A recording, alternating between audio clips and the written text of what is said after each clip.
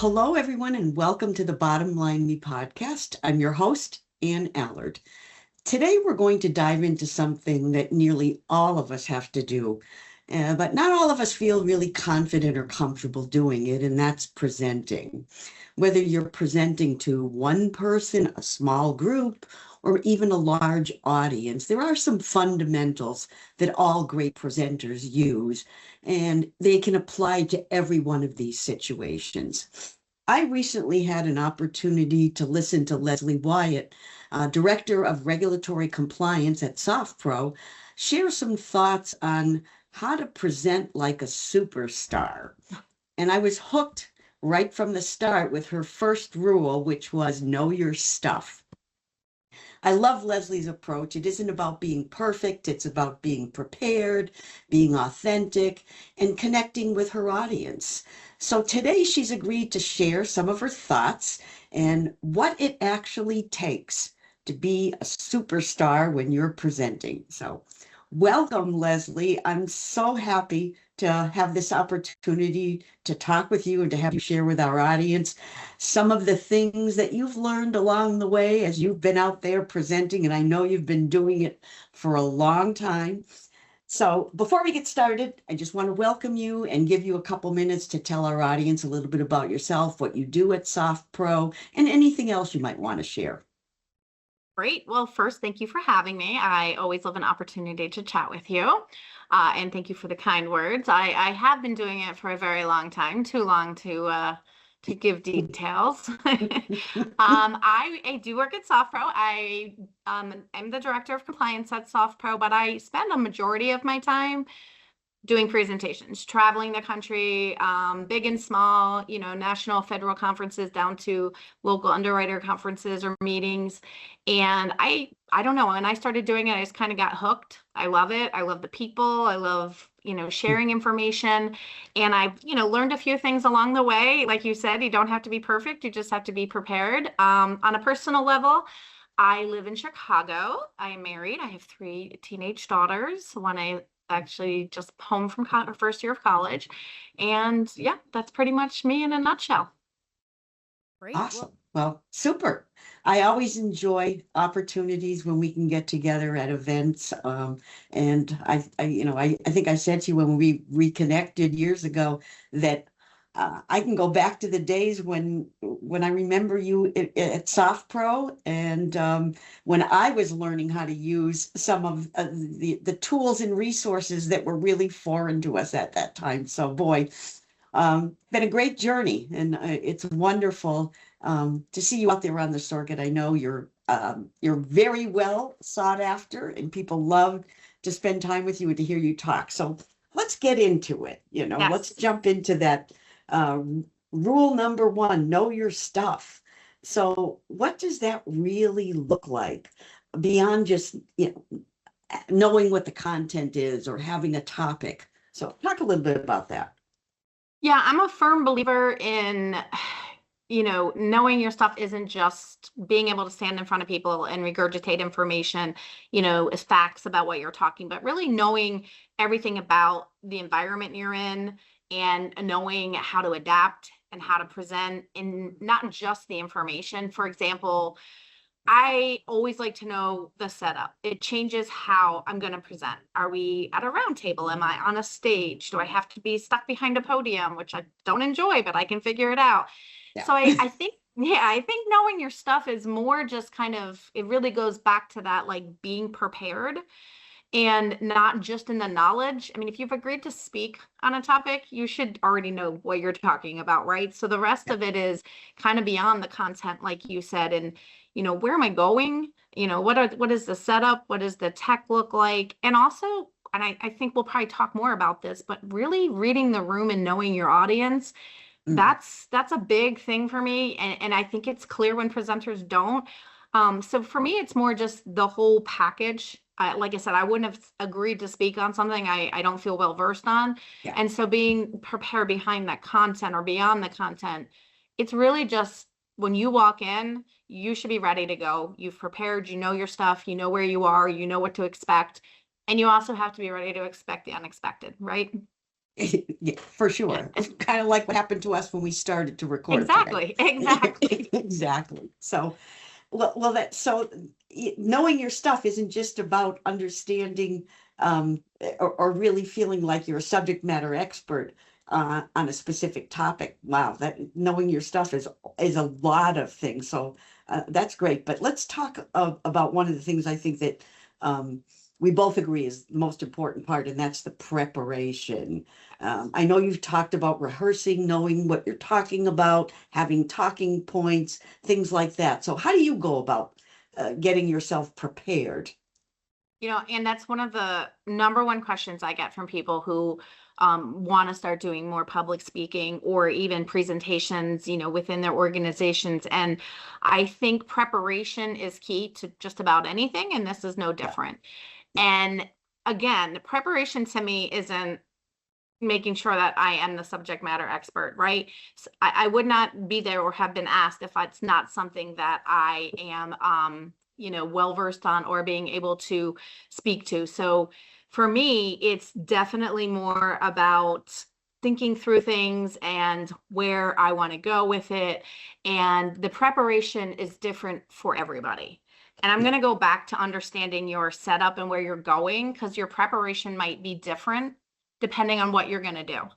And what I mean by that is if I'm going into a small roundtable kind of interactive one-on-one, my preparation is going to be very different than if I'm going on stage in front of 5,000 people. I have to have different talking points, I have to have different time cues.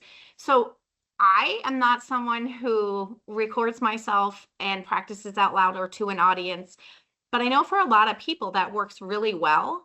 I am someone who will maybe just kind of have my phone out with me for timing, and I will kind of go through my talking points in my head or out loud, but just to myself. And then I might say, wow, that's a little longer than I expected, or I need to leave more time for conversation, or so I maybe pull back a few talking points, but keep them in the back of my head, ready yeah. for it, right? And Mm, I just think you have to find what works for you. Again, I get this question all the time, and I always feel like I don't answer it the way people want me to answer it, because it really truly is something that varies from person to person. And I'll give you a great example.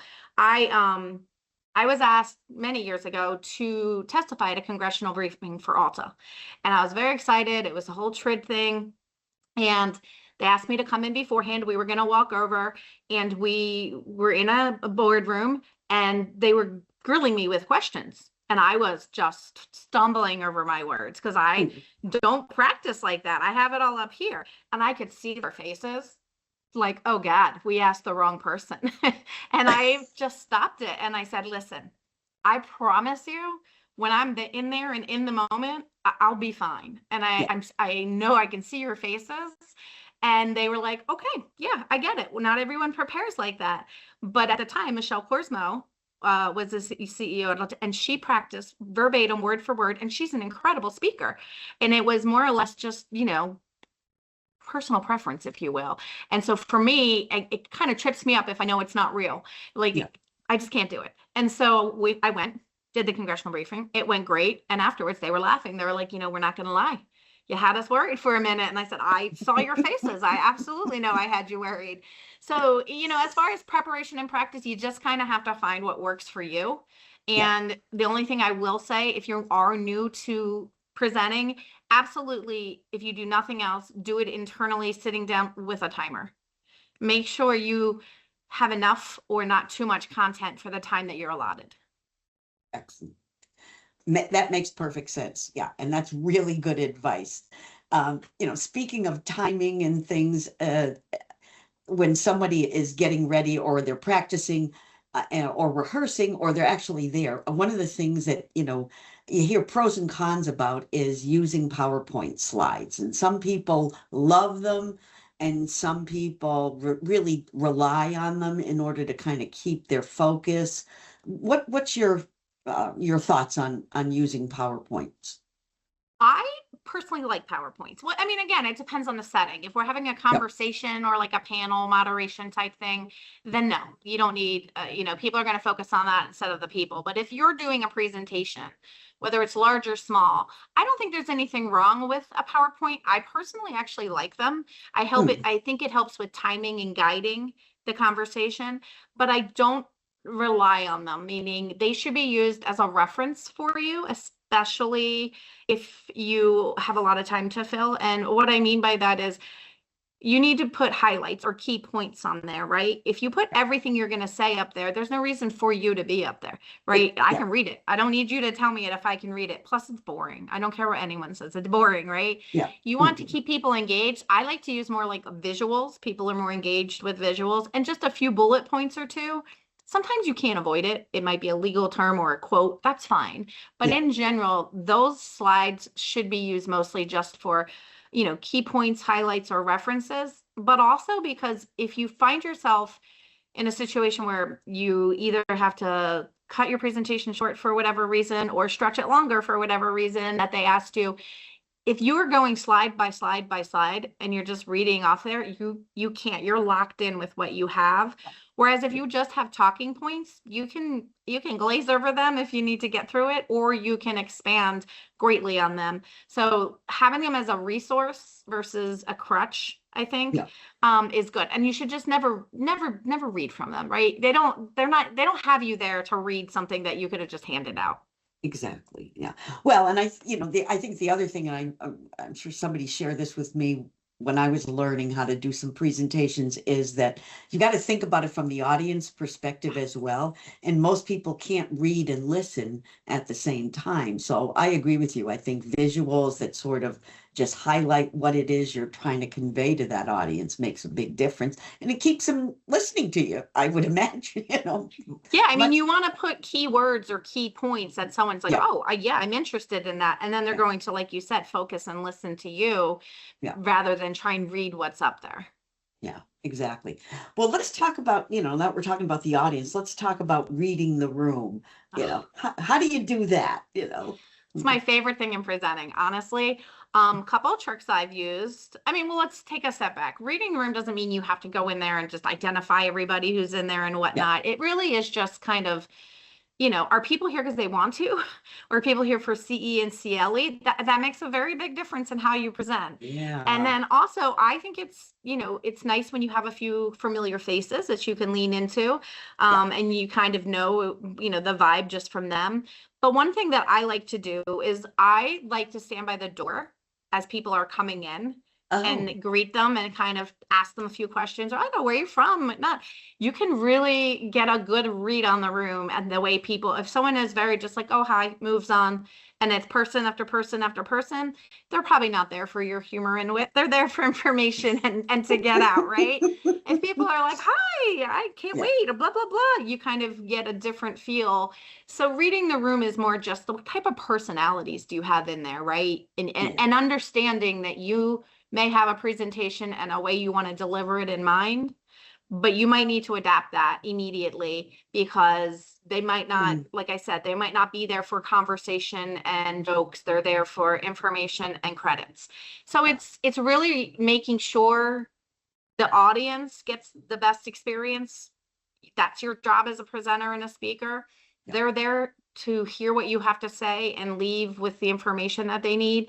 So understanding who you're presenting to really, really helps with that. And also, I will tell you, even the driest, curtest groups that I've had, when you lean into that, they end up being some of the best and most interactive because you're talking to them like they're used to being talked to in the way they talk to people. So, Yeah. just kind of leaning into the audience and making sure they are getting the best experience for their type of personality. That's great. I also think from the audience perspective that having that, I think that's a great suggestion to stand by the door and welcome people as they're coming in, because in addition to getting you comfortable with who's coming through the room, you're making a connection with them already. So by the time they sit down to listen to what you have to say, they kind of feel like they already know you, maybe. So that's 100%. yeah. Yeah, It also keeps them more engaged, to be yeah. honest with you. It's like if I just walk up there and somebody reads a long bio about me and I start speaking, they're just kind of like glazed over. But if I'm kind of greeting them at the door or talking to them when they're sitting, sometimes I walk around if we have time, like, oh, hey, like, where are you from? Blah, blah. Hmm. And I also don't like people's like big introductions. I make you want to humanize yourself. You don't need 50,000 things on your bio. It's just, people lose interest. So to your Yeah. point, yes. And they also, like I said, the fact that they had that brief interaction with you, they're like probably 10 times more likely to engage and Pay listen. attention. Yeah. Yeah, yeah, exactly. Yeah. Awesome. I know one of the other things that you mentioned in the presentation that you did last month that I was at, is you storytelling. That it's Hmm. always good to come in with a good story to share it with the audience so people connect with that. How do you figure that out? How do you know what kind of story to tell? And and then my follow up to that is, what do you do if that story doesn't land? Oh, You know? let me tell you, I can tell from personal experience, every story doesn't land. I mean, that's kind of presenting 101, right? You have envisions in your mind how if it's a joke, if it's a comment, if it's a Yeah, story, how it's going to land. It, it's 50-50 at best, right? So you kind of yeah. have to learn to roll with those punches if it doesn't. But I mean, I like to lighten some of the material that I talk about. So if Mm. it's kind of heavy, boring, regulatory type stuff, then I'll try and, interject something there. I feel personally when you can humanize yourself, people are more engaged or more apt to listen to you. So I generally will mention my like husband or kids or, I kind of maybe reference our industry. I always joke that, I have three daughters. I've never been asked to come in and speak for a career day, even though I've lobbied, I've done a congressional briefing, I've Interesting. traveled all over, I've presented, on whatever, I've been featured on things. My husband, however, is an engineer. He's a bridge engineer. They ask him every year and even to go to the physics class when they were doing the bridge things, which I think is wonderful. And everyone always laughs at that. And I always say that's because no one knows what we do. Our industry, and let alone young kids, don't understand what software is because it's not an app. And Yeah. so I try and personalize it to like it can apply to everyone, so I kind of Yeah. keep it like industry related or that type of thing. And because everyone will be like, oh yeah, no one in my family doesn't know what I do either. Yeah. Yeah. Title insurance, what's that? So Yeah. Yeah. again, it goes back to reading the room and not being afraid to personalize you as a speaker to put Mhm. everybody on the same level, a level playing field. The second part of your question of when it doesn't land, yeah, it's real clear when things don't land. I mean, I'm a pretty casual, I like to crack jokes type person, and I've literally had to be quite literally responded, all right, we're not a joking crowd. Let's move Oh, on. And they okay. weren't, Yeah. and it was fine. But they also, that's what they laughed at, not my joke. So acknowledging it and not being like offended by anything. I mean, their job is not there to make you feel better. Your job is to make them feel better. And so just kind of going with the flow and moving on is honestly the best advice that I can give with that. I love that. That it didn't land, you just Yeah. acknowledge it, and Yeah. yeah. Wow, that's great. Great. Well, another thing, let's talk about, body language and your presence. I know you had some really good tips on that. So can you share a few of your thoughts around body language, how to present yourself, You, move, don't move? Yeah, I can't stress this enough. I mean, think about it if you're at a party in a social setting, right? I mean, some people give off a vibe where you kind of just, you're drawn to them. You want to go talk to them. They're whatever. And then other people are kind of like, they're standoffish. Maybe they're not. They're just body language comes across that way, right? It's Yeah. no different than when you're on stage. And, a couple of things really. Sometimes it depends on the setup, right? If you're stuck behind a podium, sometimes there's not much you can do. Right. So, you kind of have to bring out your personality a little bit more in those or make a comment like I promise I'm not stuffy, this is the only mic. I always say lean into the audience and let them know what's going on, like you Mm. said earlier, like no one's expecting you to be perfect all the time. But Yeah. for me, I like to walk around. I'm sure you can see in this video my hands have been flailing the whole time as well. I like to walk around. I like to make eye contact, but not weird eye contact. You don't want to make Yeah. people uncomfortable, but also making sure, especially in a large room, there's nothing worse when a speaker goes and they find a spot, say on the right side of the stage, and you're sitting all the way in the left corner. Yeah. You feel so disengaged. You almost feel like you're not part of the conversation.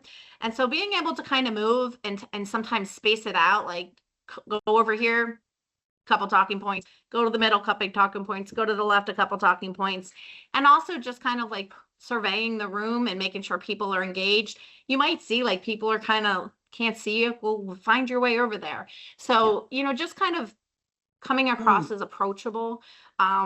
And I find it too for questions going back and forth. And when you're trying to have a conversation with the crowd and you want the questions, I also find a good tip with that is wherever you are and someone asks a question, no matter what, you're gonna repeat the question back to them for two reasons. One, to make sure you have it correct, but most importantly, to make sure everyone in the room heard that person ask a Oh, question, because they may not have heard it and now you're answering something they have no idea what you're talking about. So you always get the question, repeat it back, and then generally I will move away from the person that asked me that question to kind of engage people in a different area. So just kind of engaging there, it helps with engagement in the crowd, but also just kind of just like if you're in a social setting, that's what you should be up on stage. yeah. I love that you repeat the question. As soon as you shared that, I thought, I can't tell you how many times I've been at some Yeah. event and I didn't hear the question, and now it's like, what is this person talking about? So that's a really good tip. I love Yeah. it. Yeah, It actually drives me crazy when I'm somewhere because I'm nosy and I'm sitting in there and I want to know what everyone's talking about. And I'm like, wait, what they say, right? exactly. And then you don't want to, and you're like putting your hand up and then you don't want them to Yeah, repeat it. So, yeah, and when you do that too, the question, like people feel more comfortable asking questions if you're putting it out there to the whole thing and not just like to them. yeah. Great, great. I love it. So let's talk about one other thing that you mentioned in your presentation, and that was some tips or some do's and don'ts when you're co-presenting, because Awesome. that can be really challenging for people, particularly if you have somebody that's got a lot to say or has a big personality and another person that's more of, I'm here to just deliver, information and doesn't have that, outgoing style. So what's some ideas on how to make sure that you're playing fair?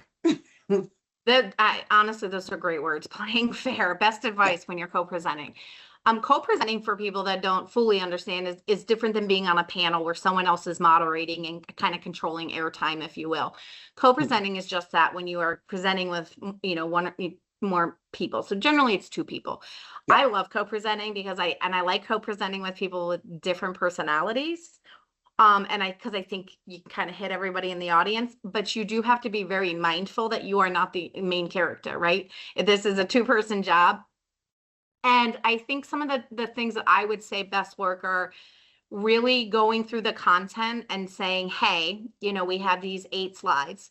I'm going to kick off these 4 and then punt it to you. You're going to kick off. But also Mhm. during these, there's several times I know I want you to add in. So I'm going to say, hey, like what are your thoughts on that as well?